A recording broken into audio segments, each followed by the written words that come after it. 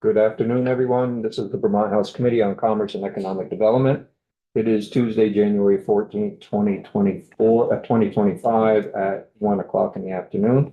Again, right on time. So this afternoon, we've asked some representatives on Serve, Learn, and Earn come in and chat with the committee about who they are and the different organizations that belong to Serve, Learn, and Earn and what they do. So, Rick, thank you for joining us this afternoon. We appreciate it. Kate as well. Thank you for coming in to talk with the committee. And I'll turn it over to you.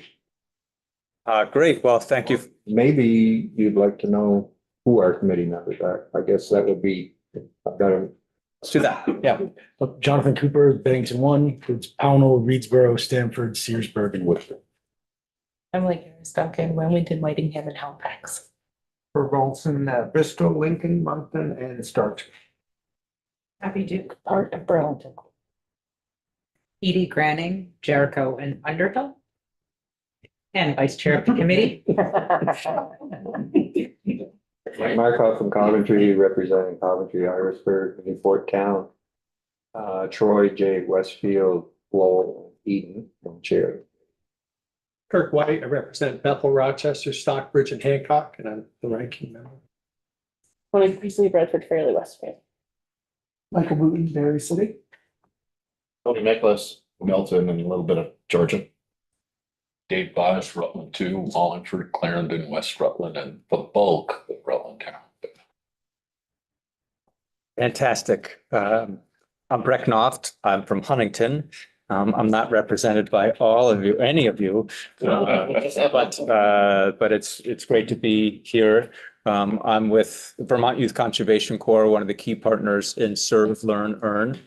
And there's a lot of excitement coming into the session. So you all started with introductions and where you're from. I think I want to start with congratulations and appreciation for re-election or election.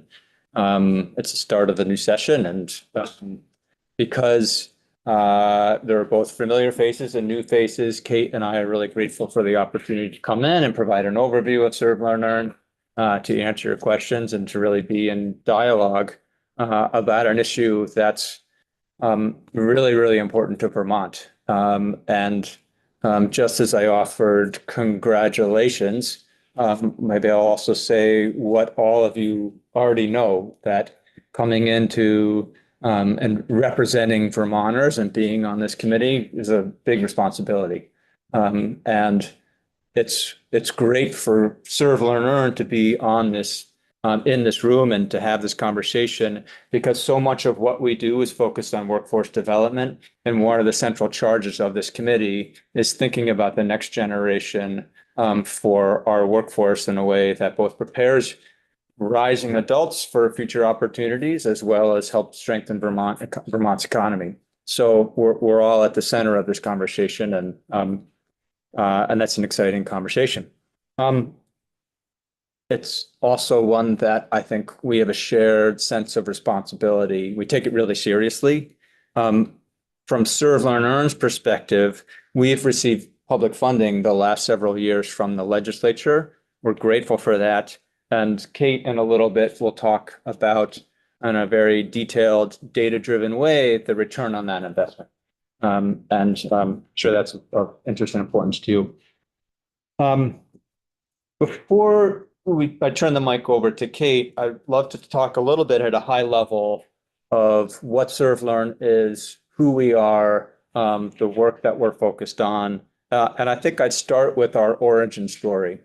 So at the very end of 2020 and the dark days of the COVID pandemic, we began thinking about the way in which service can be both a training opportunity for folks, as well as a way for people to come together and get a sense of empowerment. And as VYCC looked at the nonprofit landscape, we had a realization that Vermont is program rich, but systems poor. And we looked at different workforce development organizations, VYCC, Resource, Audubon Vermont, and Vermont Works for Women. And there's a each of our organizations has different programs and we serve different demographic groups, but so there's a through line through our organizations where each organization offers programs that are based on service, where people can learn and that they earn a stipend. And so that's at the heart of our name, Serve, Learn, Earn. And that's the coalition of Serve, Learn, Earn partners today. Last year, we also welcomed a new partner, Northwood Stewardship Center. It's fun to have that synergy amongst 4 different nonprofits. As we pulled together, we looked at Vermont through a variety of different lenses, one of which is an economic lens. So here's a statistic for us to think about. Vermont has one of the highest high school graduation rates in the country. 92% of Vermonters graduate from high school. The amount of high school graduates who then go on to matriculate to college is 53%. So what that means is almost everyone is graduating from high school, but roughly half of our population is not going on to college. And we know that continuing education, continued training after high school is essential both for employers, because they want well-trained employees, but also for individuals as they think about their own earning potential. And that is one of the issues that Serve, Learn, Earn is focused on. That's the demographic group that we're most focused on, is helping folks who graduated from high school, aren't necessarily going on to college, are looking at alternative career paths. How can we provide them training? And how do we make sure that that training is relevant and accessible? And one of the key ways in which we make it accessible is by actually allowing them to earn a stipend. And so we take that tuition-driven model and we flip it on its head, and we compensate people because they're actually getting projects done as they are in our programs. The other thing that we looked at is what are the job sectors that are going to need employees the most in the coming years. The trades is a big one, but not just trade broadly, but also green jobs. So things like HVAC, weatherization, outdoor recreation is a big part of our training program. The service industry, agriculture, even education, those are all elements of our programs that we're training folks for and helping them make that transition out of the training program and making direct connections with employers. So as we pulled together, we knew that we could learn from one another and share resources, connect our training experiences to provide more opportunity for our participants, harness the power of service as a vehicle for not just learning, but connection, and provide stronger connections to employers throughout the state. Both organizations, we know every employer in the state. And one of the things that we've realized is that if you're a young adult, you don't necessarily have a network. A network is social capital. So if we can bring a young person into our organization and say, and they want to be a timber framer, well, we'll connect them to a timber framer. If they want to be a chef, we'll connect them to a chef. If they want to be a welder, we'll connect them to a welder. If that's the network that we bring.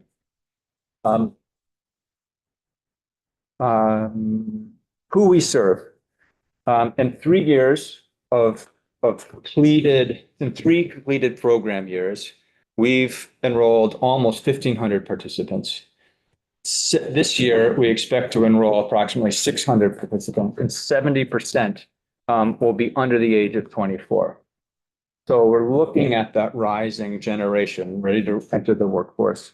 Many of our participants are new to the workforce.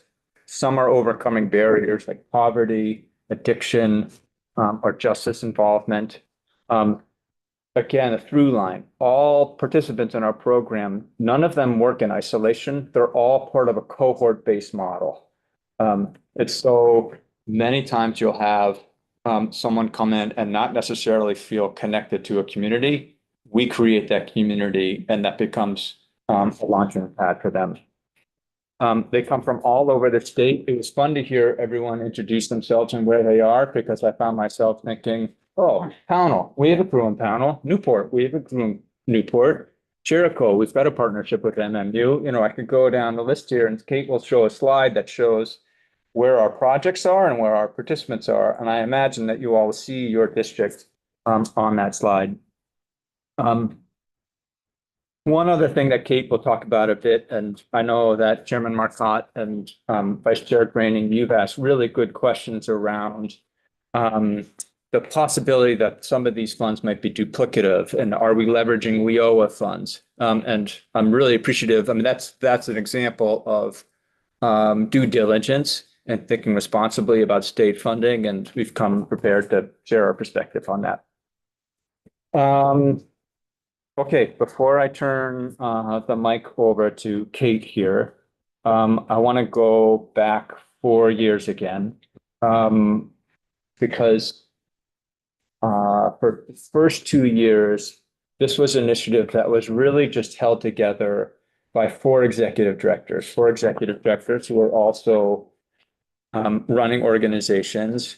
And, you know, I don't want to be dismissive here, but our side hustle was putting Serve, Learn, Earn together. And we saw that there was an enormous amount of potential in this collaboration. We were proud of what we accomplished, but we really felt like we were just scratched the surface. And so we had reached out to private philanthropists to provide funding for a director level position. The point I want to make, there's 2 points I want to make here. One is, as we receive state funding, our goal is to have all of that funding, in a sense, be passed through in our organizations directly to participants. So to not have the state funding cover administrative costs, but have the state funding go to stipends, wages, direct program expenses. So in keeping with that philosophy, we secured private funding to hire a director. And in that time that Kate has been leading this collaboration, we've enhanced the level of program collaboration to more effectively serve members and employers. So at one point, we may be doing parallel play. That's a child development phrase. And now we're really offering programs together. And we're seeing participants move from one organization to another organization. There was a great article that just came out in 7 days, and it talks about the stories of some of our participants who started, say, at Resource and then moved to another organization. The reality is that some folks need more wraparound services before they're really ready to launch out into the workplace. And that's what having four organizations work together is able to accomplish. We've also secured more private philanthropy from new sources. We've expanded the number of programs, but not just the number of programs, the number of community where our programs are, the number of year-round programs, the number of participants. It's so you can measure growth by any number of metrics, and it's been fun to see the way in which that's the arc of that curve, if you will. And then finally, we're more and more able to capture data. And if what you don't measure and what you don't pay attention to, you can't improve. And it's really hard as you're running a nonprofit to dedicate capacity and resources to measuring data because you're so busy just making sure the flywheel runs and runs and runs. Kate's been instrumental on that, and we have a new data position that's coming online later. We just hire that person, so that's really exciting. Maybe I'll pause. Maybe I'll say thank you again for your support, interest. Do people thinking about questions? Chairman Marcotte, should we have Kate go and then folks could ask questions of the two of us?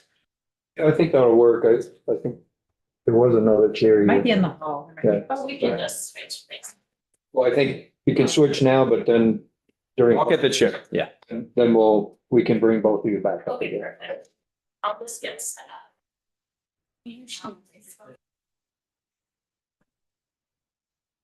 Oh, okay, yep, you're.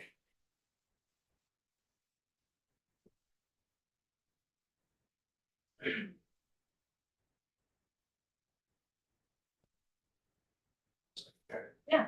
Okay. Yeah. Okay.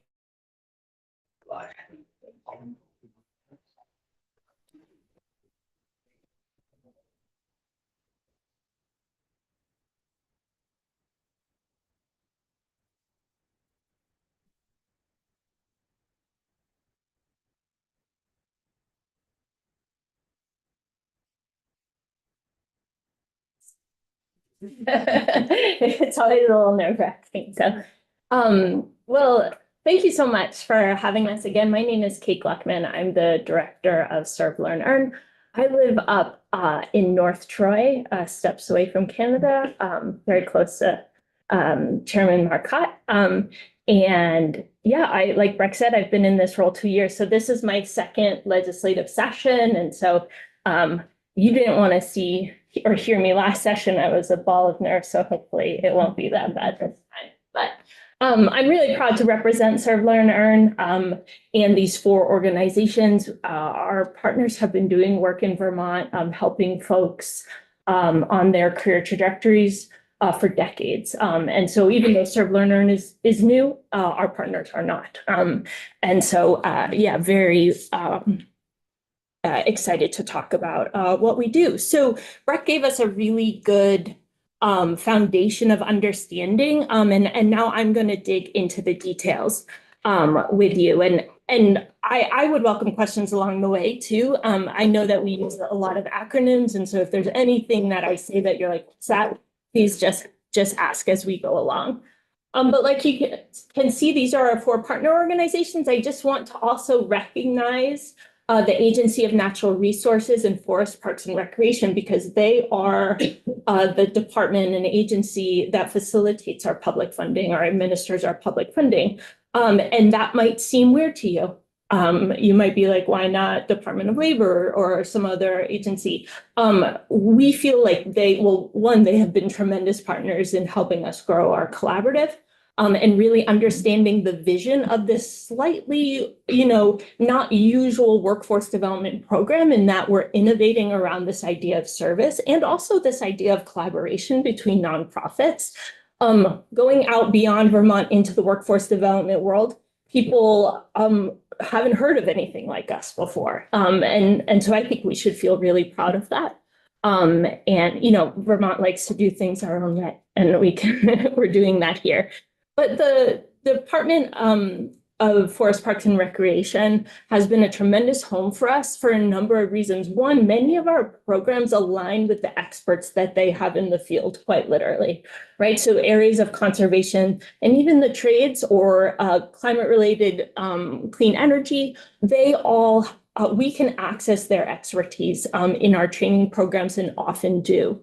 The other thing is that they actually are one of the biggest landlords in the state, if you think about that. All of the state parks require upkeep, right? And so they are our training grounds for our trades programs. And I'll share with you what that looks like.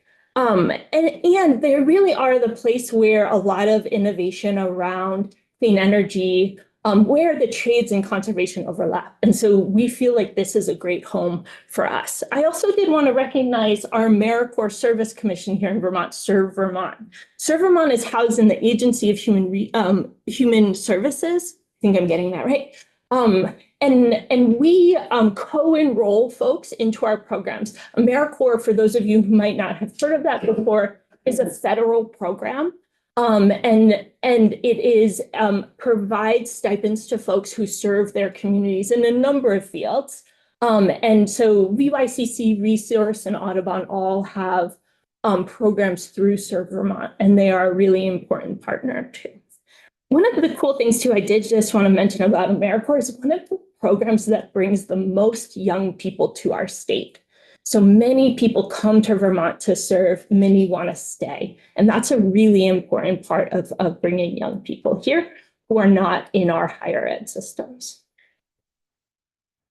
So we have, like Breck said, we have a continuum of programming, 12 programs in total. And I'm not going to spend time with you going through each and every one of them. I welcome you to do that. We have a website, Serve, Learn, Earn, if you're really eager, and I have some materials to leave with you at the end of this presentation as well. But we really have 3 big buckets of programming. And our participants come in and out of our programs depending on where they are in their career, what their goals are, and how ready they are to enter the workforce. And so I'm just going to highlight a program or two from each of these buckets for you to get a sense of what we're about. So career exploration, these are the programs that we offer for high school students. So we start working with young people 14 years or older, so mid-high school. And what we're really trying to do is just offer them opportunities to be exposed to and explore different careers. So two programs I wanted to highlight for you is LIFT, which is an acronym for Launching Inclusive Futures in the Trades, and that's with Vermont Works for Women. And this is an opportunity for girls to get experience in the trades, so welding, electrical, construction. It's held at the Essex Tech Center, so it's also exposing them to the Career Tech Center opportunities. They might not all be going to Essex Tech, but they would understand what would be available for them. And their service is building small build projects. So they built some picnic tables this year. This is only a 1-week experience. So this is our shortest experience. So it's obviously a very small service project that they've done. Another exploration program is the Junior Conservation Tech program at Audubon. This is an opportunity to expose high school students to careers in conservation. So whether that's forestry, could be biologists, land managers. Audubon has a sugaring program as well that they get exposed to. And they work on trail projects in the public trails that are available on Audubon's campus. So what's really cool about our youth programs is that this is where education and workforce development overlap. And one of the exciting opportunities that is in development this year is that we're using the flexible pathway legislation to get high school students credit for their programs through Serve, Learn, Earn. So we think that work-based or service-based learning is credit worthy, and schools agree. And so we're working in partnerships with schools to get that credit for students who participate. Additionally, we're using the dual enrollment pathways to get high school students college credit for more advanced programs within Serve, Learn, Earn. So there's no reason students shouldn't be advancing their education while they're also exploring their careers. The second bucket, or sort of second step in our continuum, is the early professional experience. Think of this as a really high quality first job. Many of these students are graduating from high school or maybe in college. Many of these experiences are in the summer. And so Breck talked a little bit about Vermont Youth Conservation Corps. We have two programs there, one farm and sustainable agriculture, the other is in conservation. These are extended periods. So typically at least a month into a couple months, all the way into almost a full year opportunity. So in the sustainable ag program, students learn about food access and food systems. They grow food for one of the largest healthcare share programs in the state, delivering food all across the state to I think it's about 70,000 pounds of food. Is that right, Breck?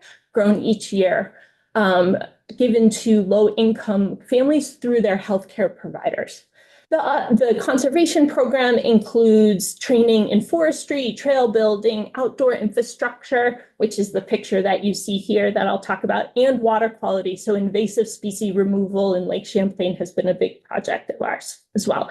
So during these programs, obviously getting paid, they're gaining credentials of value or industry recognized credentials that can help them advance in their careers. So OSHA 10, just for folks who might not know, OSHA 10 is a basic construction level safety credential that allows you to safely step on a work site. Game of Logging is the forestry and chainsaw safety course, and wilderness first aid is self-explanatory. So the picture here is of two Corps members who are working on a roof of a lean-to in a state park. And so we work with park staff to strengthen, to build new park infrastructure. It is a wonderful training ground for basic carpentry skills that then can lead to more advanced training, both at VYCC and other partners. The second program I wanted to mention was Youth Build. So Youth Build is actually a national program. It is part under the AmeriCorps umbrella too of federal programs. And Resource has two sites for Youth Build, one in Barrie. Are you familiar? I see you shaking your head. Yep. And the other one is in Burlington. And this is a program that works with high schools, with students who are struggling to be successful in a transitional setting. They bring them to resource. They spend half their time doing academics, progressing to their high school credential, and the other half learning the construction trade. This program has been immensely successful, especially with the flexible pathways legislation, now making it much easier for students to come and do this program and still graduate. The floods impacted this program immensely. It flooded their training center and also many of their homes in their community in Barrie. And so for the last 2 years, Youth Build students have been on the ground working year-round on flood recovery. In total, they've helped rehab 24 homes, they've done 10 muckouts, and they rebuilt their whole training facility. And so if flood recovery, as horrible as it is, has been actually a very rich training opportunity for these students. And just their testimony about what it has meant for them to be able to serve their communities in that way is really a powerful example of what service can do. These are students who basically felt like high school wasn't for them, and now all of a sudden they're essential to their community in Barrie. So that's been a really powerful thing to watch. And the last bucket is our workforce training. These might be your more traditional training programs. So the two I'd like to just talk about are very similar. So Resource has training programs called 101s, and they are in a couple different trades: construction, HVAC, weatherization, and new this year, heavy equipment. And you can see that training in that picture. That is on the VYCC campus. And so this is one of the ways that our partners are collaborating, is that VYCC has land, Resource needs dirt to move around. You know, it works really well. So the 101 intensives and the Vermont Works for Women Trailblazers program are both similarly structured, 6 to 7 weeks. The first 4 weeks are in a classroom, in a workshop, learning the skills, gaining the credentials. And then the last 2 weeks are with employers. So these are paid experiences. Employers don't need to worry about paying folks. They don't need to worry about insurance or workman's comp. That's covered by our programs. And participants get to gain these skills, meet employers. Sometimes they do multiple ones to see what might be of interest to them. And then our goal is to place them into jobs. So this is the bucket of programming where we're really looking to get that job placement outcome. You can see the different credentials here. So NCCER is another construction credential that is about knowing how to use hand and power tools. So again, these are entry-level skills, critical for landing a job. EPA 608 is the credential you need to be able to install heat pumps. So both of these programs partner with Vermont Adult Learning, and they have a program called Energy Works that is a short 2-week training to train people on heat pump installation. So folks are getting a lot of skills that can be transferable to many different jobs. One of the things that Breck mentioned that is another important aspect of working together is building pathways.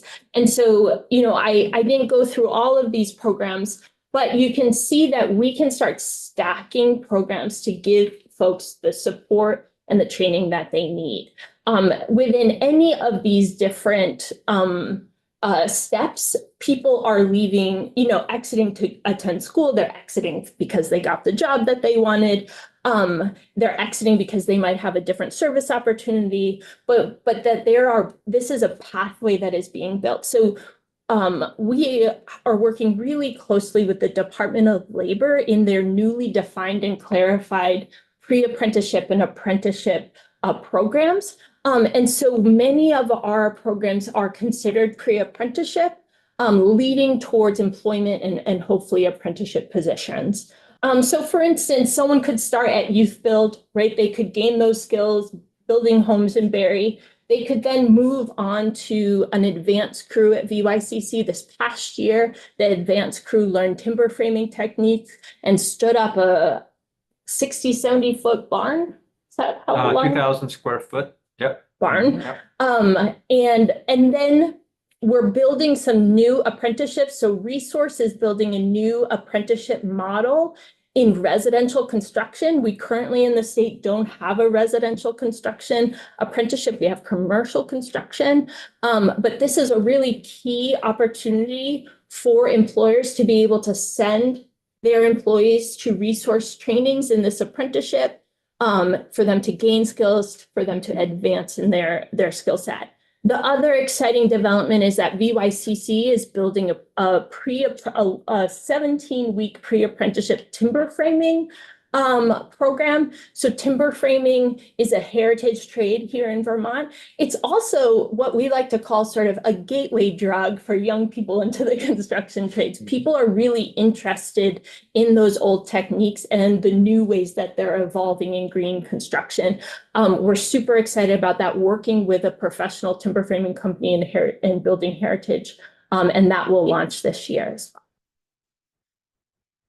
So just some of the big data points that we're tracking across years here, just to show you the growth that we've seen in our programs. So over here in the dark blue, this is the year that we're currently in, so 24-25, the 3 years before we finished. Those are the level of public funding. So we're in a year where we have $2 million. We started at 1.85, 1.8, 2.3, and now 2. Our credentials of value, you can see, are rising pretty exponentially.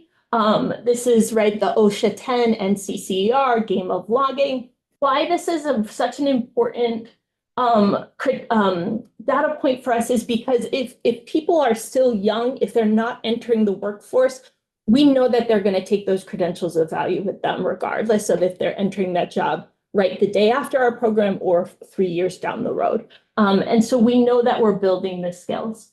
The length of time folks are staying with us, and then our number of participants. So part of what Breck said too is that we're focusing on spending our public funds towards direct programming. So of all those dollars that I mentioned before, 3.25 million of them across the last 3 years have gone directly back into Vermont's pockets in terms of wages and stipends. The other thing I wanted to mention about AmeriCorps program members here is that at the end of an AmeriCorps term, you receive what's called the Siegel Education Award. And what that provides you is additional funds for training or to be used to eliminate student debt. And so you only get that if you complete your term. And that's often, I think, $6,000 or $7,000. About $6,000 if you do a full year, and then they prorate it depending on the length of service. So if it's half a year, it's half that, et cetera, et cetera. It's a federal program, so the math isn't perfect, but that's the gist of it. Yeah, so what that means though is that that's just a multiplier of the economic impact of doing an AmeriCorps program, right? You're getting paid, but you also get this quote unquote bonus at the end. So in the last year, we had about 600 people that we worked with. We had 170 identify saying we want a job coming out of this program. Of those people, 105 were offered job and 93 accepted. So we like to include both the offer number and the acceptance, because when we're working with folks who are entering non-traditional trades, they may be offered a job, but may not feel like that is a safe workplace for them. It might not have the benefits or the flexibility, especially when we're talking about women entering the trades, right? There's still a lot of work to be done there. And so even though they're qualified, they may not accept. And so we think it's an important differentiation to make. Right, we've had folks earn college credits, and just this year we've had 250 credentials of value. This is a map of where all of our participants are from in the past year. So you can see we really are working all across the state. These are some of the employers that have hired our participants in the last year, right? Everyone from trail builders to some of the biggest construction companies in the state. One of the benefits that we provide employers who work with us is that we offer a lot of screening of participants before they get to their door. And so we have built a reputation of giving them trained or helping them connect with trained, great people. And so their participation in our programs just eases that hiring load, right? And they know that these people, have the training. And they like that they chose to do a program that involves service, right? That mindset is embedded in who they're hiring. This is a map of where all of our projects were located last year. We bucket our projects, our service outcomes into 4 buckets. So habitat assessment. So a lot of this is happening with Audubon, looking at how to manage land, whether it's for logging or whether it's for conservation purposes. This is the work of a forester might do. So many of their participants do that work. Community education programs. Audubon does a lot of outdoor education. We have, and so does Vermont Works for Women. Small builds projects, right? That's small construction projects that are done typically in our shorter programs. Habitat improvement. This is the work that VYCC is doing in terms of their forestry program or their invasive species removal program for water quality. Accessible housing. Doing a lot of work with folks like Capstone or CVOEO to help make housing more accessible, more affordable for folks. So a couple examples of that is installing handicap ramps, replacing a roof on a mobile home for a low-income Vermonter. Trail and outdoor recreation infrastructure improvements. This is the work of VYCC. And then obviously flood recovery has been a major part of our work for the last 2 years. Hopefully not as much in the future, but that's not always the case. So we mentioned a lot of other people and organizations sort of in the ecosystem of workforce development here in Vermont. And I just wanted to sort of review that again for you so you can understand where Serve, Learn, Earn fits in. We are often working with folks who are either engaged with one other partner or with the state workforce development program or folks like Hireability. But often we're working with people who don't necessarily either want to be in those programs or qualify for those programs. So we're engaging with the career tech centers. One, we use a lot of their space for our trainings across the state. That's a really good connection for us, but also those students who are in the career tech centers are often coming to our summer programs to extend their learning, to get more experience. One of the things that I've learned from the career tech center instructors is that it's actually very difficult to get work-based learning for those students because they're so young and there's issues of insurance and when they come to our programs, obviously, safety is their first concern, but there's more freedom for them to do the jobs that employers might not feel like that they're capable of letting them do. So that's a really good connection and one that we continue to strengthen and recruit a lot of students through. I mentioned high schools and higher institutes of higher education, the work we're doing around getting credits for our students participating in our programs. Vermont Adult Learning and Hireability, often we are recruiting with them. We are the training provider for their participants who are in their programs. I mentioned Serve Vermont and AmeriCorps and the importance of that program. The 2 bottom ones, we're very excited about the new developments of the State Workforce Development Board and the hiring of Sabina Haskell. We are planning to meet with her at the end of the month. And we really think that she is going to be able to help strategize and have that big overview of all of the programs. And that's what we really want. We want to be engaged and in connection with all the other programs that are happening in the state. The Department of Labor, we, like I said, are very engaged with developing our apprenticeship and pre-apprenticeship models. I wanted to offer some clarity in that we do not receive funding from the Department of Labor. So right now, the only program in Serve, Learn, Earn that receives any WIOA funding, and WIOA is the Workforce Opportunity Innovation Act, which is a federal funding bucket. that states are allotted amounts for based on their number of eligible candidates. What we have found is that it's incredibly difficult to get our people eligible for that funding. So there's just a lot of different restrictions. So for instance, if you haven't lived in Vermont for a year, you can't get WIOA funding. If your parents make too much money and you're under, I think, the age of 18, you can't get WIOA funding.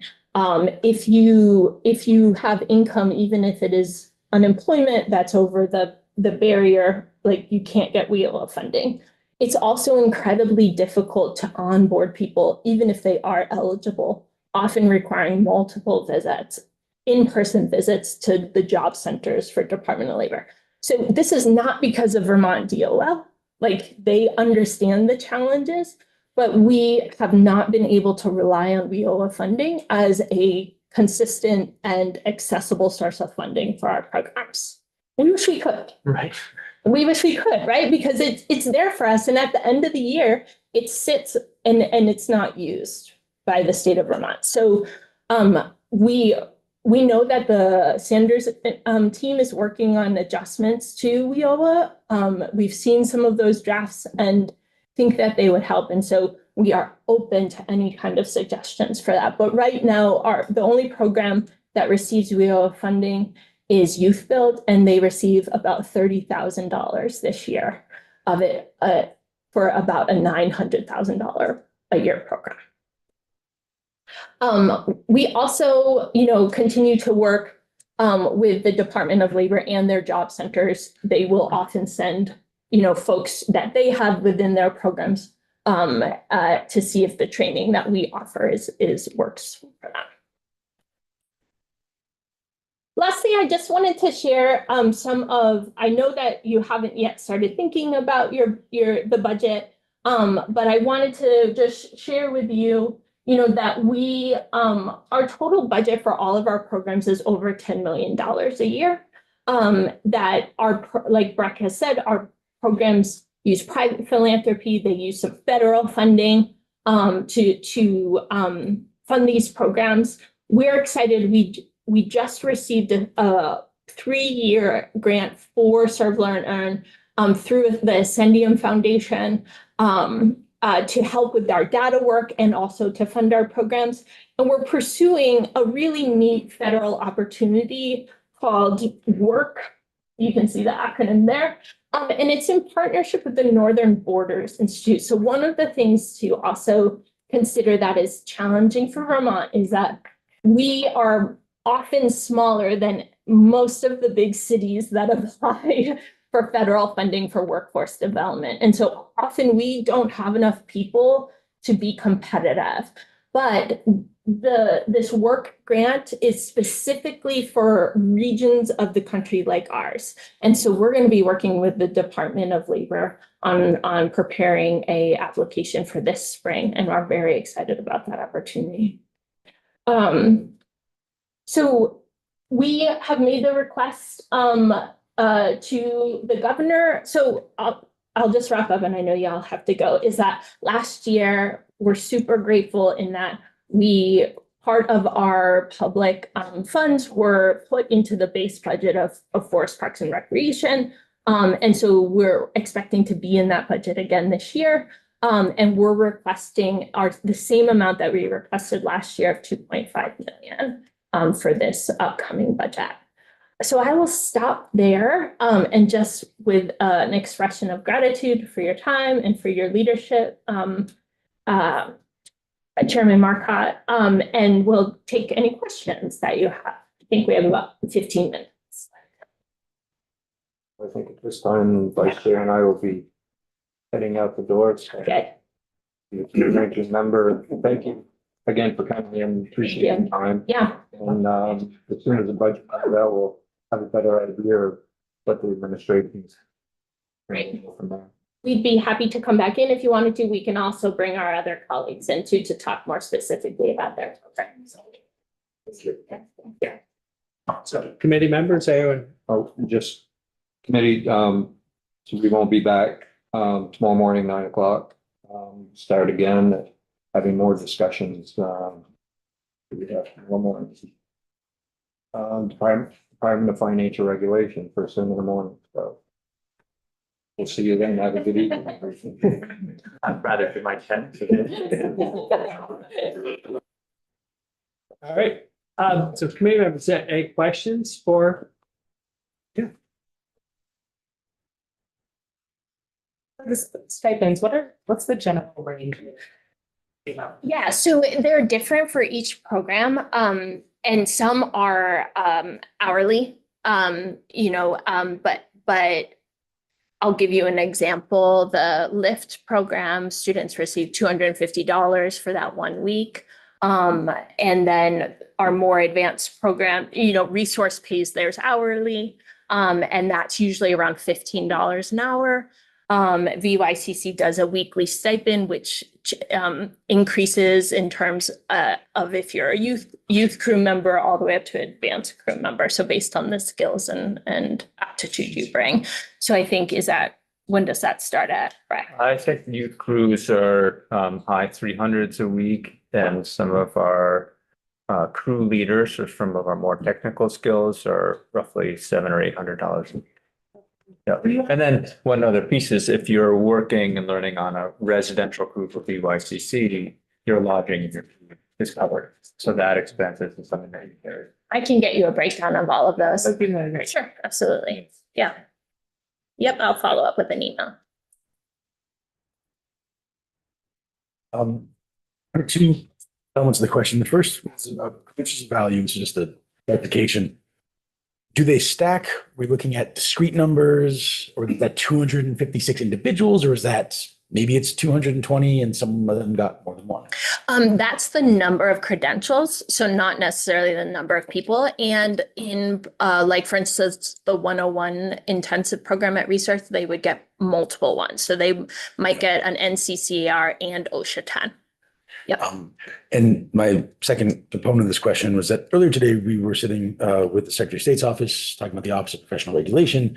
And one of the things they discussed was residential construction. And so I'm just curious, are you in dialogue with OPR, other entities around how that adjusts your programming as some of that licensure is sort of sugaring out? Yes. Yeah, that's such a great question. And yes, we are. So like right now, we understand that there isn't any credentials required to be a residential contractor. I could say I was a residential contractor, right? So yes, we are in it. And so I think there is the regulatory atmosphere and then also the employer need. And that's what we're really trying to balance. So right now it's what our employers looking for, and also what are industry standards when we look outside of Vermont. What are people doing? And so yes, our program staff at specifically Resource and Vermont Works for Women, who are much more in the sort of commercial and residential construction trade training, are looking at that. Yeah. One piece that I would add there is philosophically, it's important not to have ego when you're designing a program, but to really be open to ideas from employers. And an example of that at BYCC is we've essentially contracted with Building Heritage to design the timber framing pre-apprentice curriculum, because they're the experts and they know what the skills that are needed. Someone leaves experience and comes to the first day of job on a timber framing work site. It's fun to know that the curricular experience someone's going to have is directly aligned with what the employer needs. I think we're also too, not just singular employers, but we've been in contact with Associated General Contractors and Timber Framing Guild and sort of those larger industry groups too. I was just looking at some of the statistics, and you're talking about over 600 people entering these programs, but only 130, 140 actually get jobs. That doesn't seem like a good ratio there to me. So I have a two-part question. Number one, is that a good ratio? If so, correct me. And number two, what can we do as a legislative body to increase that number? to a higher rate? Yeah, thank you for asking that question. And I'll just clarify that this is the people who got jobs are like stepping out of our program into a job. That actually isn't a very regularly used statistic, just because that's not often how life works, in that you'll stop a program and then get a job.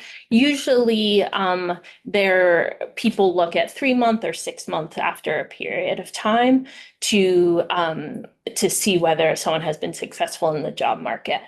We found that data to be incredibly difficult to get.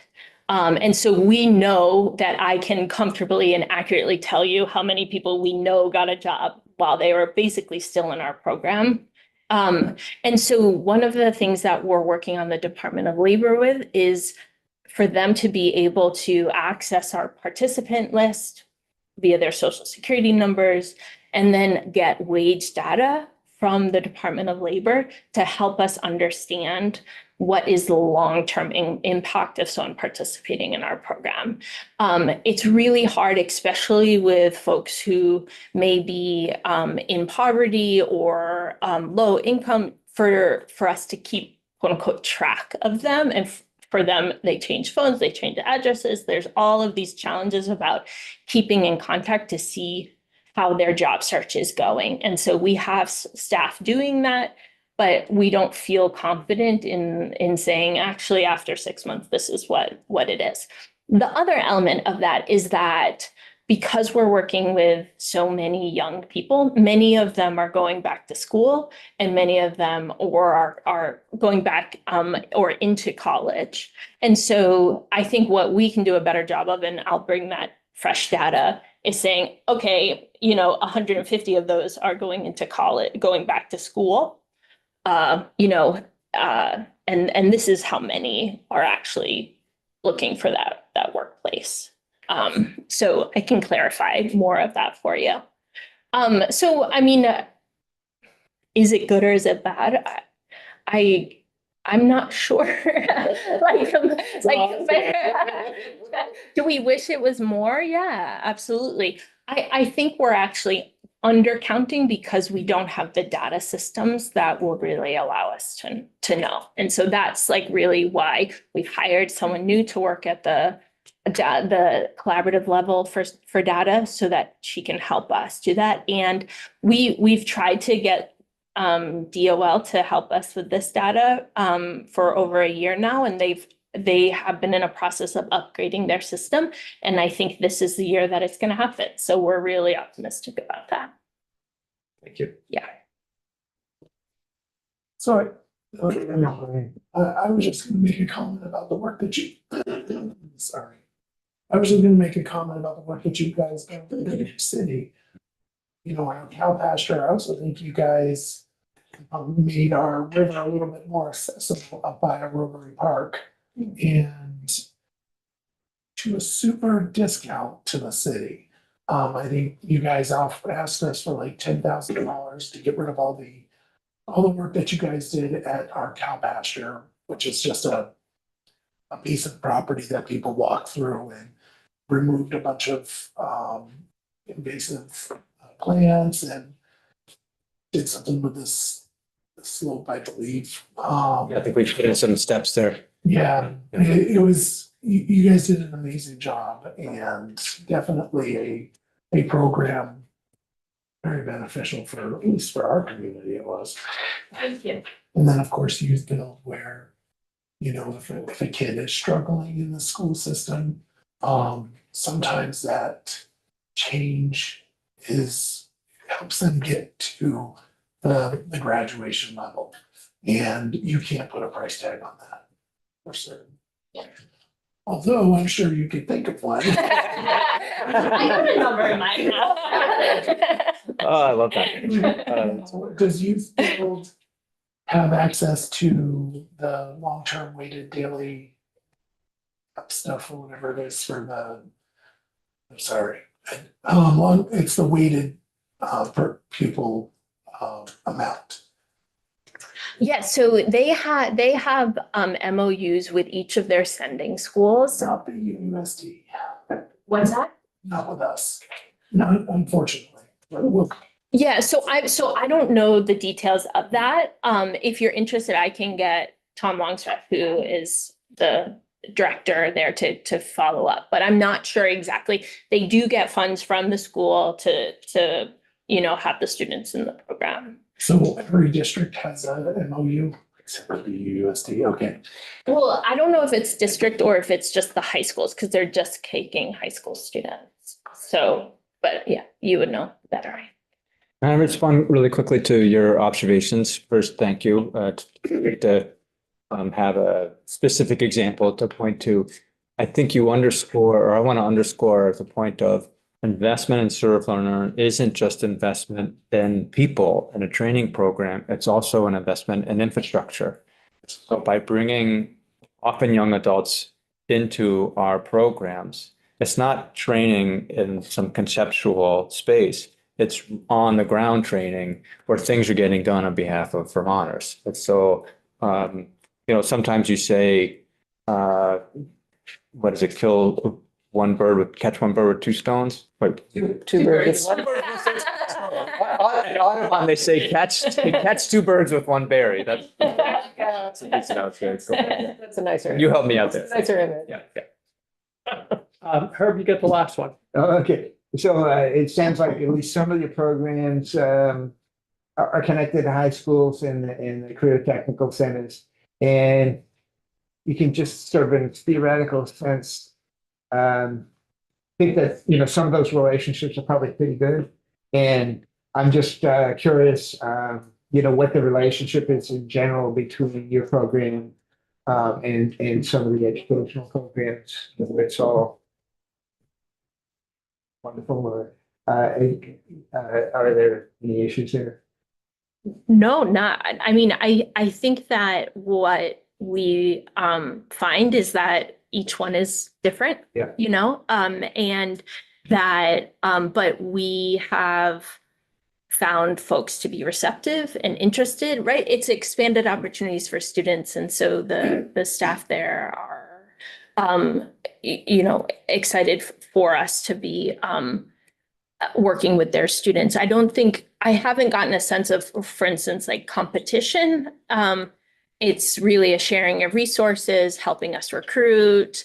And I do think, I don't know if this committee will be in discussion about it, but, we would be in favor of a more centralized CTE,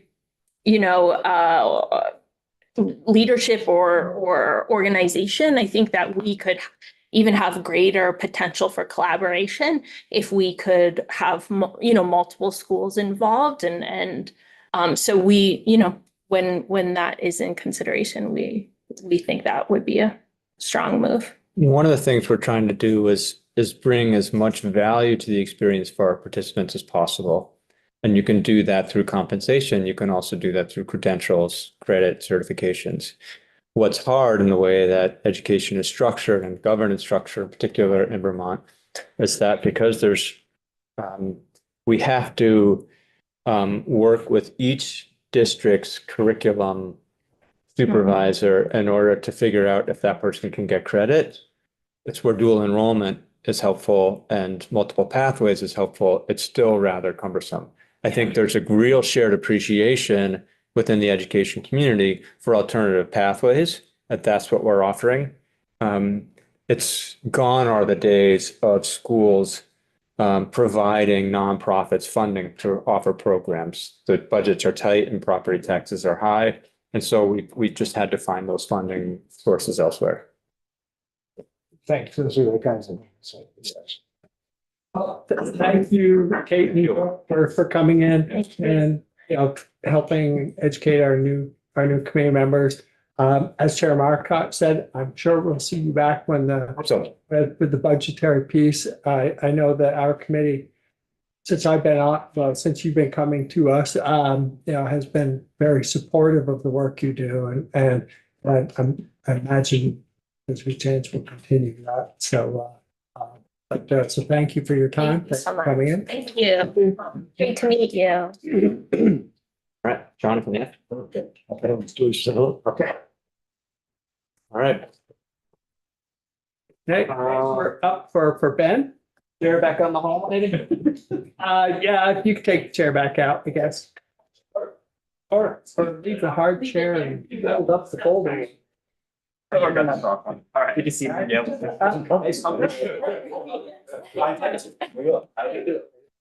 Correct. Leave the hard chair, we'll fold the folding chair. Okay.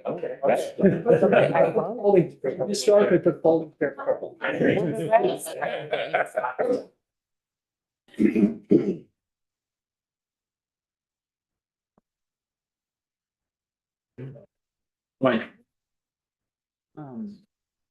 I get on the Zoom thing to share my screen to do a presentation?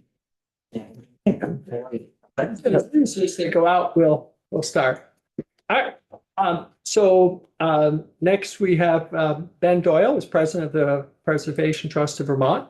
And so welcome to the committee, welcome back to the committee. And what we'd like to start with is because we're introducing everyone to you and you to us, we'd like to go around and have our members introduce themselves to you. So we can start with Jonathan and we'll go around. All right, Jonathan Cooper, Bennington 1, Powell, Reedsboro, Stanford, Searsburg, and Woodford. Good to see you. Emily Charis Duncan, Wilmington, Whitingham, and Halifax. Herb Olson, Bristol, Lincoln, Moncton, Starkville. Abby Duke, part of Berlin. Our vice chair, Edie Granning, and our chair, Mike Marcotte, are at a meeting. So I'm Kirk White, and I'm the ranking member, and I represent Bethel, Rochester, Stockbridge, and Hancock. Mary City. Tony Nicholas, I represent Milton and a little bit of Georgia, the Chittenden Franklin district. Great. Dave Bosch, Rutland 2, Wallingford, Clarendon, West Rutland, and the bulk of Rutland Town. Excellent. Right. So take it away. Okay, I'll try.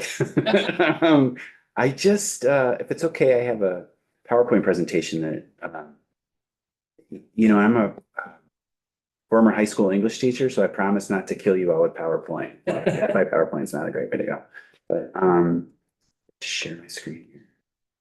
And again, committee members, that is already on our committee page, so you can either, so it's there for your future reference and or. No, but that's probably. Follow along with you.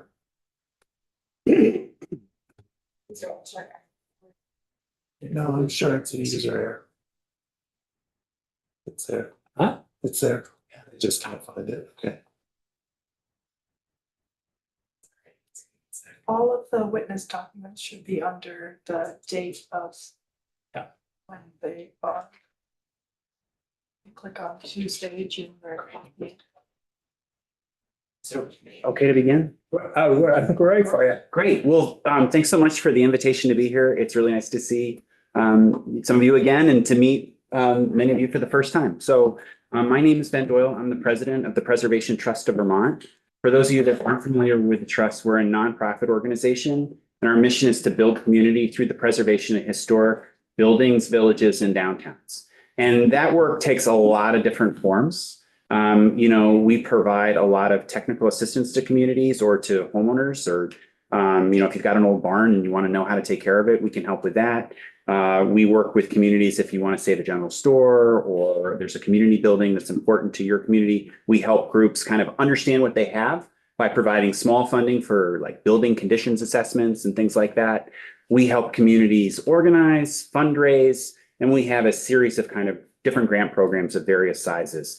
Everything from, small family foundation grants that we provide to get a project started to we've done Northern Borders Regional Commission grants before. We have a subgranting program through the National Park Service and some congressionally directed spending to support villages. And so the truth is we do a lot of different things in a lot of different ways. I just like to think of us as a small town's first and longest friend. Like we have projects that as preservationists, we take the long view. And so we'll literally work on a project for 15 years, sometimes that's what it takes. And, we're different from, I used to work at USDA Rural Development, which is a fantastic organization, but it's like, here's our grant programs, here's our loan programs. We're a little bit different. We're kind of like, what do you need? What's your problem? What are you trying to do? How can we help you make your community a little bit more vibrant? Save the places that you care about. And we try to do whatever we can to make that happen. And so what I thought I'd do today is just give you that kind of broad overview of the kind of work we do. But I think the best way to understand what we do is just to see it. And so I'm going to walk through like one specific project and tell you about the role that we played and how we interact with a lot of the other partners that you'll probably be hearing from this year. And then just really kind of breeze through some recent projects that might seem familiar to some of you. So this is just a map of where we worked in 2024. And so I know that's a lot of dots, but those represent different kinds of activities we do, whether it's a seed grant, that's usually like a conditions assessment of a building, or a larger grant through the National Park Service. And then special programs, things that we really focus on. We work a lot with the downtown organizations in partnership with them to think about vitality of downtowns. We host retreats, that help people do project development work. So it's a lot of different things for a lot of different people, but basically we worked on 362 individual preservation projects last year. Again, some of them more complicated than others, but in 155 communities. And we've been around for 45 years. So chances are if there's an old building in Vermont, somebody from our team has at least been in there. So this is an example of a project that I think is just kind of instructive of the kind of work that we're a part of. This is the East Calais General Store. If you know Representative Mahaly, he was really involved in this project, really from day one. But this is a store that was really it was built in the early 1850s and continuous operation really almost until it closed. And it closed probably about, I want to say 6 years ago. And, it had been kind of a slow and steady decline. I don't know if any of you're going from the East Montpelier over to Hardwick, you pass right by it. Kind of had a slow decline. There are apartments upstairs. We work a lot with general stores. And the reason we work with general stores is because they're the heart of a community. Like a general store is a place in a small town where everybody is welcome, no matter what your politics are, how much money you got, everybody feels okay to go to the general store. You can buy a fancy bottle of wine, you can get a 6-pack of Bud, you can just do your thing. And it's a kind of place where, you run into your neighbors and those kinds of casual, accidental interactions that actually build community. So we really view them like rural schools, like churches, but really a place where people can kind of come together. So if our mission is to build community through the preservation of historic buildings, this is our sweet spot. So with this project, the store closed and a group of community members said, this is a real loss to our village, not only because now we have to drive to either Hardwick or elsewhere, but because who's going to move to our village if there's no vibrancy or vitality? And so a small group kind of got together and said, we want to do something to save the store. And they reached out to the Preservation Trust. And this is an example of what I mean when I say we try to just meet people where they are and provide kind of wraparound services. So in this case, the first thing we did for them was help get a conditions assessment of the building, hire an architect and engineer to go in there and take a look at what do you have here. Then we helped them develop an option agreement with the owner. We actually gave them some funding for an option agreement. They purchased the option, and then we served as their fiscal sponsor while they formed a nonprofit entity. We were able to collect donations on their behalf. And then, we kind of continued through that. We helped them with fundraising efforts. We helped direct them to different grant programs. We provided some significant grant funding through the Paul Brun Historic Revitalization Grant Program, through the National Park Service. We also got a congressionally directed spending award from Senator Leahy that we were able to pass through to this project. And this is an example of what the store looked like when it closed. And then this was the design. This is actually Ryan Edwards is the name of the architect. He just won an award from the American Institute of Architects for this project. But, this is a design of what they kind of envisioned. And I think if you were to talk to Representative Mahaly, when they got started, they thought they maybe had a $500,000 project. The thing needed a lot of work and, where's that money going to come from? All this kind of stuff. Does anybody know what it really costs when it's all done? It's $3 million, $5 million. Yeah, $2.7 million. Right. And it's a lot of money, but we should talk about why, because there's 50 years of deferred maintenance. Right. And the designs for this building, there are housing units up above, and they really talked about their values as a community of what they wanted to see happen in this store. What they didn't want, and I'm just kind of quoting them, they didn't want a dollar store, right? They wanted a place that knew who they were, that's generated wealth locally and circulated it locally.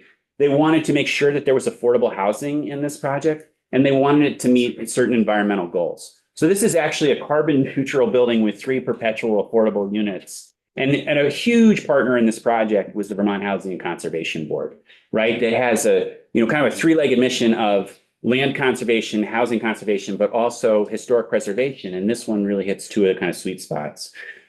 What's amazing is how complicated these projects are. And that's really the main thing I want to leave you folks with is doing community and economic development in rural communities is really, really hard. $2.7 million. It would be great if you could go someplace and just get a grant for that. And there isn't, right? The reality is they had to get 25 separate funding sources to build that capital stack. And if you look at it, some of the Vermont Community Development Program, which is HUD money that runs through the state, right? They've got Northern Borders Regional Commission money in there. They've got money from partners like Green Mountain Power. They have, like I said, Vermont Housing and Conservation money. They've got money from the National Park Service. All of those sources, at USDA, sometimes people call them strings. I call it robust federal oversight. But the truth is you have to blend all of that together on timing, regulation. It's enormously complex. And, the fact is at East Calais, they had some people that, had worked on affordable housing projects before and tax syndication and were able to pull this together. But this is really daunting, right? 25 different funding sources. And to make it all work, it took 2 project managers. And so it's just, I think it's important for people to understand the challenges that communities face when they have a great group and are really trying to do something. But it did happen with the efforts of a lot of different people. They were able to open the store just a little over a year ago. And I probably should have done a better job of describing the model. What we're talking about here is a general store that the market is no longer working. For whatever reason, the East Calais General Store was not making it as a private business. And because of the deferred maintenance, the idea of a private operator coming in there and just purchasing it and investing $2.7 million to run a general store is highly unlikely.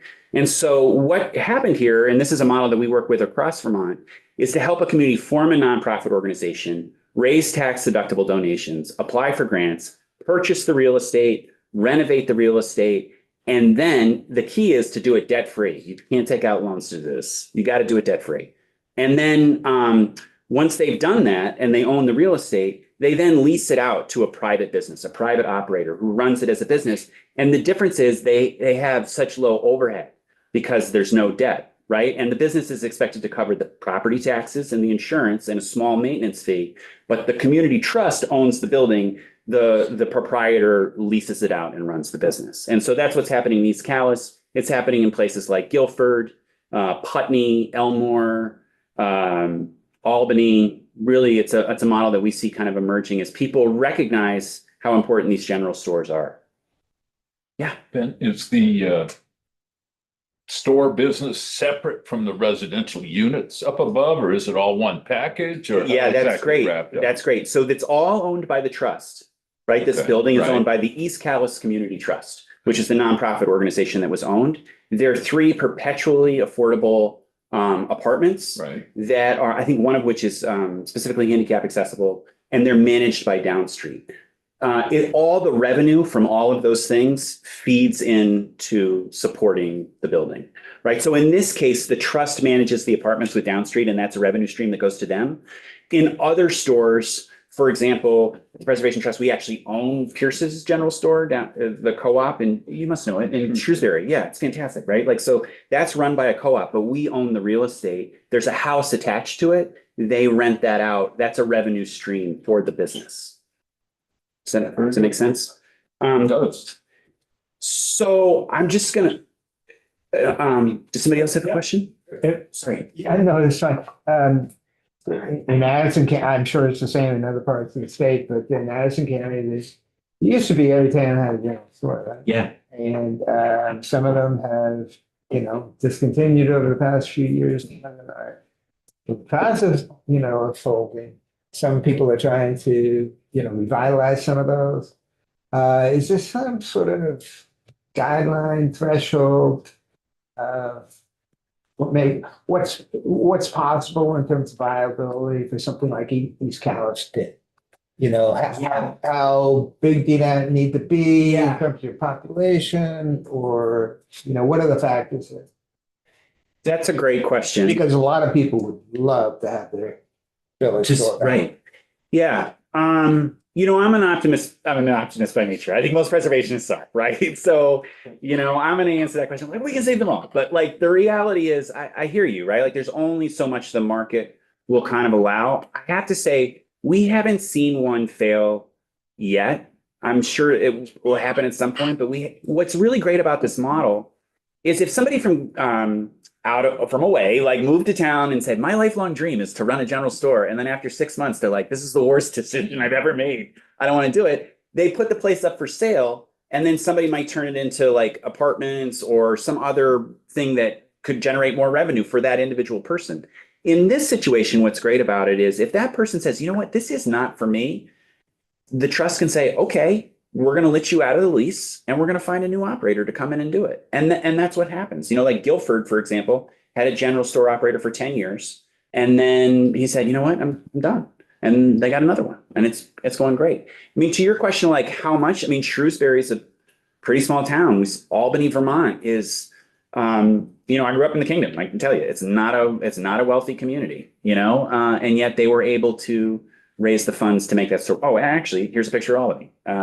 This is a store that there was a fire in Albany Village. Store was closed for 9 years. This is not a particularly historically significant building, but the village of Albany is really important. They formed a community trust. This is actually how I got involved with Preservation Trust when I worked at USDA Rural Development. It's a federal agency. We're not supposed to have favorite projects, but this was everybody's favorite project. And so we all worked together on this store, and this is the Albany General Store today. And it's really fulfilling the mission of being the kind of hub and heart of a community. I'm going to keep going if that's okay. Did I answer your question? Yeah, I might reach out to you on a couple of things, but yeah. Okay. Yeah, great. I just want to revisit that issue of how hard this can be for small towns. And particularly, I think as you folks in your role, what's really important to think about is state resources and federal resources. Where do they go? And actually look at that. And you can see communities of a certain size, it's extremely difficult for them to pull down funding, right? And why is that? Because they don't have the capacity. Some of them have a half-time town administrator. Ask that person to fill out a HUD grant, see how it goes, right? It's really, really hard. And so what we're really focused on is building these community trust organizations that are essentially economic development engines for small towns that are, again, run by a nonprofit board. And we kind of pitched this idea to Senator Leahy. We had a really great long relationship with the senator. And to his leadership, we were able to get a pretty significant congressionally directed spending award to work over the next 5 years with 20 villages of 2,500 or fewer to form a community trust and do a transformational project in their community. So that's everything from in Fairleigh saving Bean Hall to in Benson where their general store burned in 2019, getting the group. This is actually a photo of the people of Benson that's the general store that burned in 2019 and they're working to rebuild it. And so the goal of this program, it's a partnership with Vermont Council on Rural Development, which helps communities articulate a vision for their future, right? And kind of come together and organize. And then what we do with Preservation Trust, we're project management. We help them what do you need? An architect? Do you need fundraising help? What do you need? And then it's also the Vermont Community Foundation, the state's philanthropic organization is setting up individual donor advised funds to support these projects.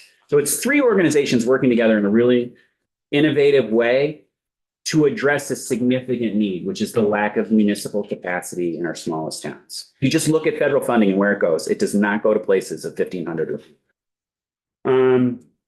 So that's one thing that we're working on that's really exciting. Now I just want to kind of run through some projects real quick. And these are all projects with the exception of Milton, which is an older project.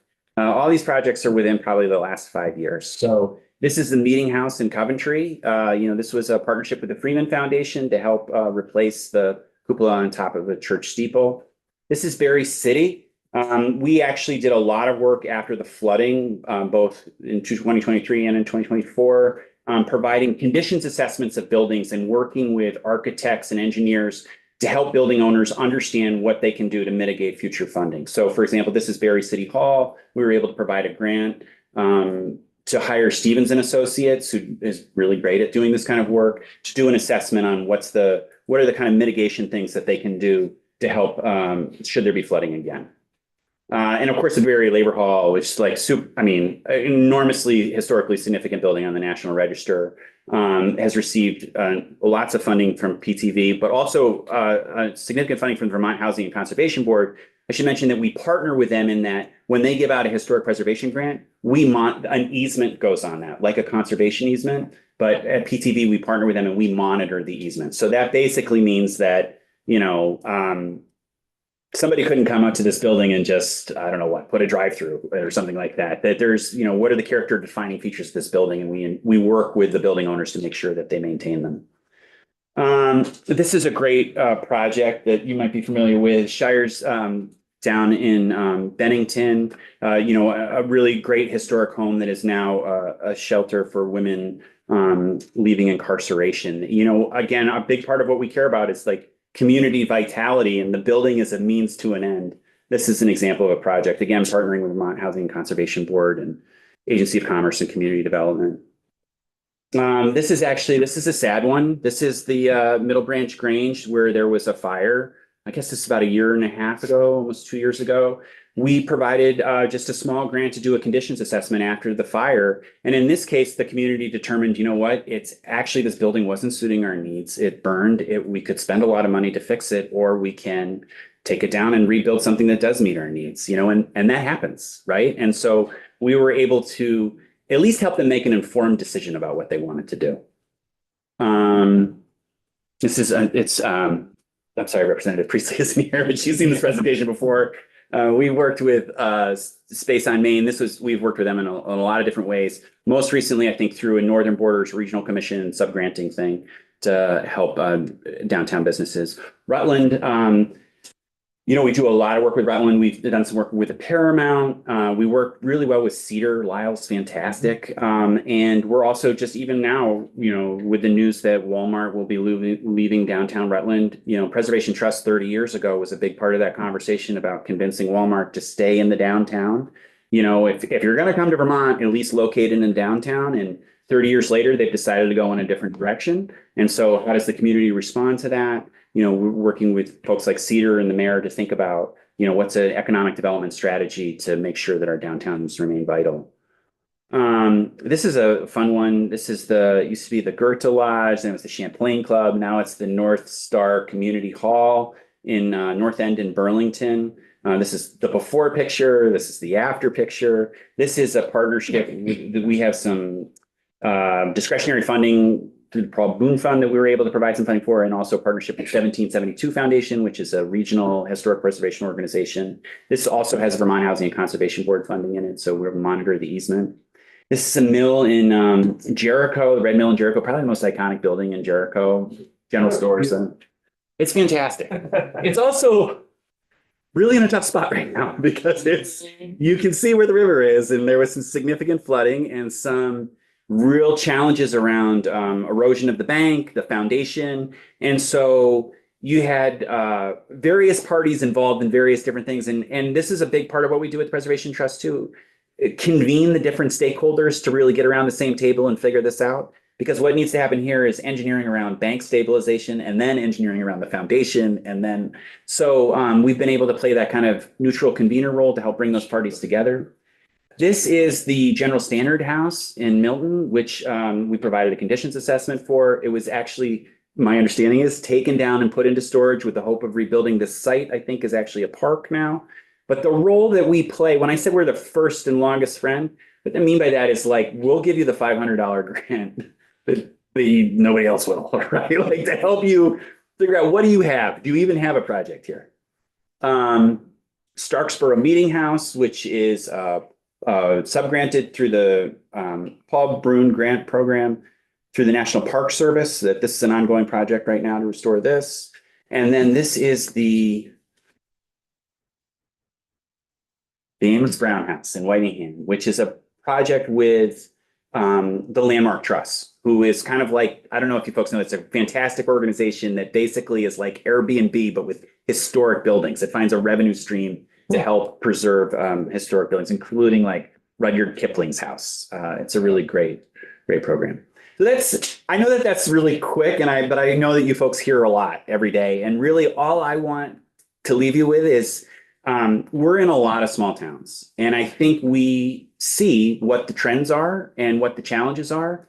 And our goal is to just help them be successful however we can. I think we're a well-networked organization in that it's a team sport. We always drag everybody in. And so I just offer that to you in the event that like you have questions about what challenges you're seeing, if we've seen potential solutions, or if there are people in your communities that, have a building that they're trying to save that's important to them. Would like to be able to help. And I'll, presumably be back to talk about like downtown and village tax credits. Super important, super important. But I'd welcome any questions that you folks have. Questions? Yeah, one question. Do you have a particular age range of building that you work in? Thank you for that. Typically a building, it can't just be, typically 50 years, right, is what people think of like as historic, but there also has to be like significant character defining features to make it. The truth is that Albany store, although it's approaching 50 years now, or like Benson, they're going to build a new building, right? For us, it's about like the historic settlement pattern. So I really care, and we really care about like villages, the historic village landscape, the historic downtown landscape. And I don't want to emphasize like, not because we're nostalgic, right? Like that's not what this is about. This is about like economic vitality for Vermont. Like I feel, when you look at what's happening in California right now, like people are going to come to Vermont. I know sometimes it doesn't seem that way, but they are going to come. And when they do, where are they going to go? Right? It's tough. It's hard to find a place in Burlington, right? And so I really believe that these villages, these historic settlement patterns that frankly have seen an exodus of capital and people for the past 50 years, have the infrastructure to be able to rebuild our communities from the ground up. And that's what we're about. Like there are a bunch of old buildings there and we want to save them because we believe that that's the economic development strategy, that when people can choose where they live, they will choose a place that is unique, that is authentic, and that has a sense of community, not just a place that has a dollar store that like any other dollar store. Last question. So with respect to the membership, the composition of community trusts, do you see a balance then of lifers and newcomers? On the trust itself? Yeah, those who come together to lean into it, put the shoulder to the wheel. It's a great question. I mean, I think what I've seen, the ones that are successful are the ones that are like multi-generational and I don't know how to say this, like class agnostic, like people that are really representative of a community and who kind of check their ego at the door. And sometimes that's new people that come to town.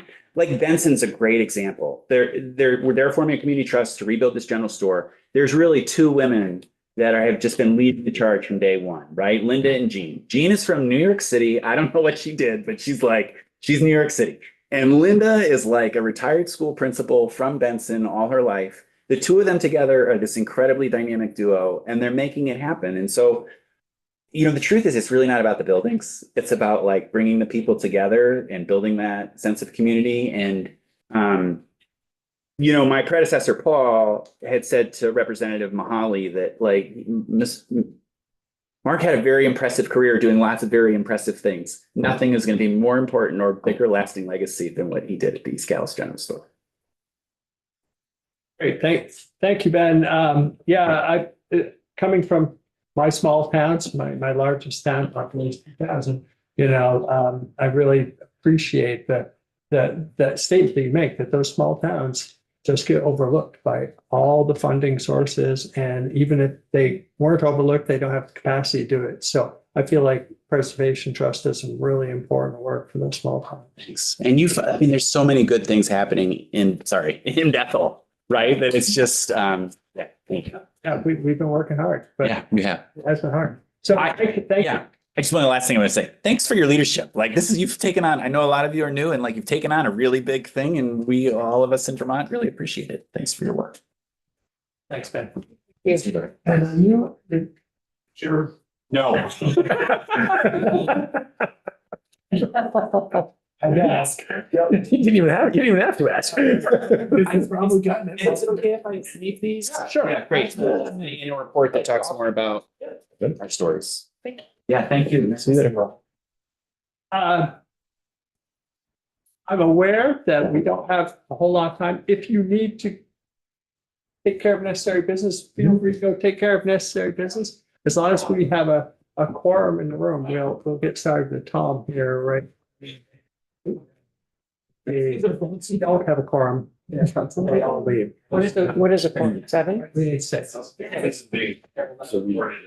yeah, right, half. Over half. Oh, so you don't have a quorum. So we'll wait a minute until Oh, yeah, we need someone to return. someone comes back. There's no quorum, so go right ahead. Wait. Door for you.